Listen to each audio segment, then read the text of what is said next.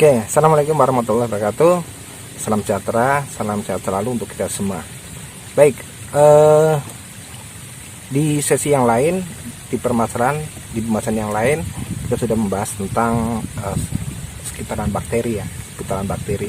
Nah, kemudian di sini kita akan membahas tentang masalah non infeksi yang berasal dari internal non infeksi yang perlu kita ketahui dalam peternak lele, gitu ya. Oke, tapi jangan lupa sebelum kita bahas, jangan lupa like, subscribe, kemudian bagikan, dan jangan lupa untuk komen di bawah ya. Oke.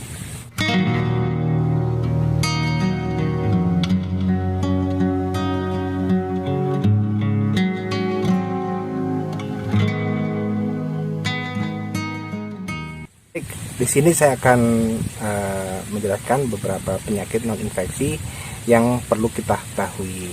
Nah, yang pertama biasanya adalah penyakit kuning. Penyakit kuning ini biasa disebut dengan jaundice. Penyakit ini akibat karena kesalahan nutrisi pakan. Nah, biasanya kualitas pakan yang kurang bagus. Kemudian misalnya pakan sudah kadaluarsa, atau penyimpanan pakannya itu yang kurang baik, misalkan pakan habis kehujanan, itu kadang menjadi sumber penyakit juga malah. Nah, seperti itu, yang sudah rusak lah ya, seperti itu. Nah, kadang selain dari pakan-pakan yang seperti itu, ada juga pakan yang seperti ayam mati, kemudian lele yang sudah mati, itu kadang menjadi penyebab penyakit kuning itu. Jadi contohnya gini, untuk efisiensi pakan, kita menggunakan pelak ya, untuk efisiensinya itu kadang kita cari ayam-ayam yang mati di kandang, kemudian bangkai lah seperti itu. Nah, dengan tujuan efisiensi, tapi ternyata ketika kita berikan itu sangat mungkin timbul permasalahan seperti itu, yaitu dengan namanya penyakit kuning. Di keterangan lain itu penyakit kuning ini biasanya terjadi pada saat air itu berwarna merah. Nah, itu yang lebih rentan dibandingkan dengan air yang berwarna hijau atau air yang berwarna yang seperti biasa.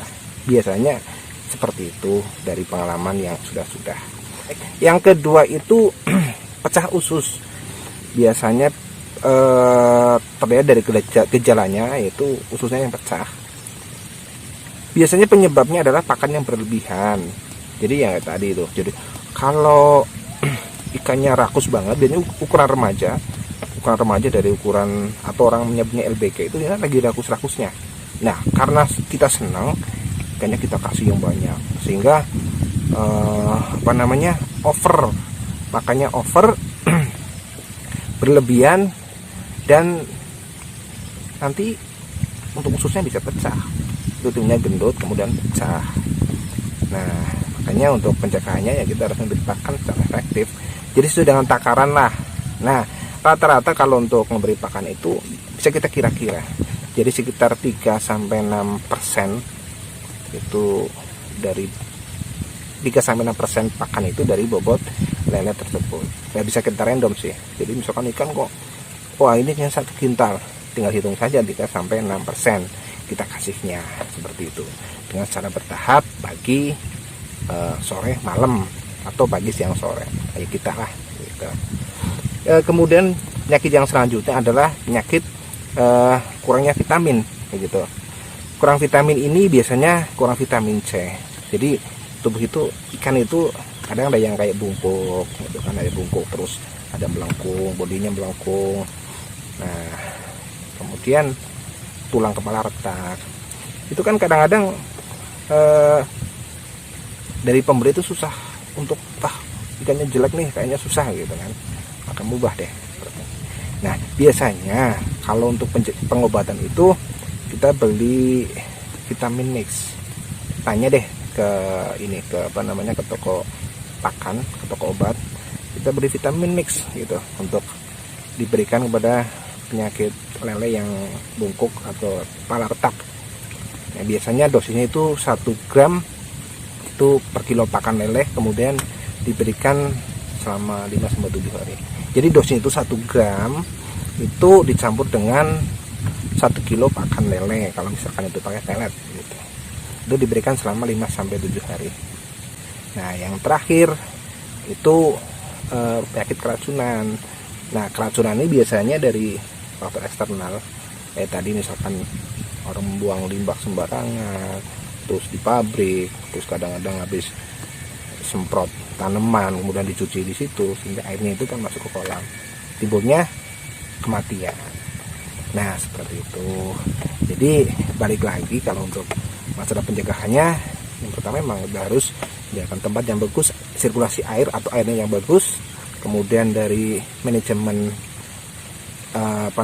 manajemen internal kita, manajemen dalam pemeliharaannya, termasuk memberi pakan yang bagus, memberi pakan yang sesuai dengan takaran, dengan intensitas yang sudah sesuai, seperti itu. Jadi tidak perlu ragu ya, tidak perlu takut, tidak perlu panik. Yang jelas insya Allah semuanya ada obatnya.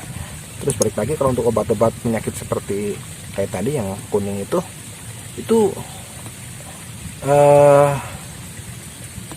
bisa juga dengan itu yang daun pepaya kayak tadi itu, daun pepaya, ada bawang, ada ayam garam krosok yang belum beriodium, kemudian ada juga daun kelor, itu dimix kemudian ditaburkan, sehingga dalam pengobatannya itu tidak memicu untuk penyakit yang lain.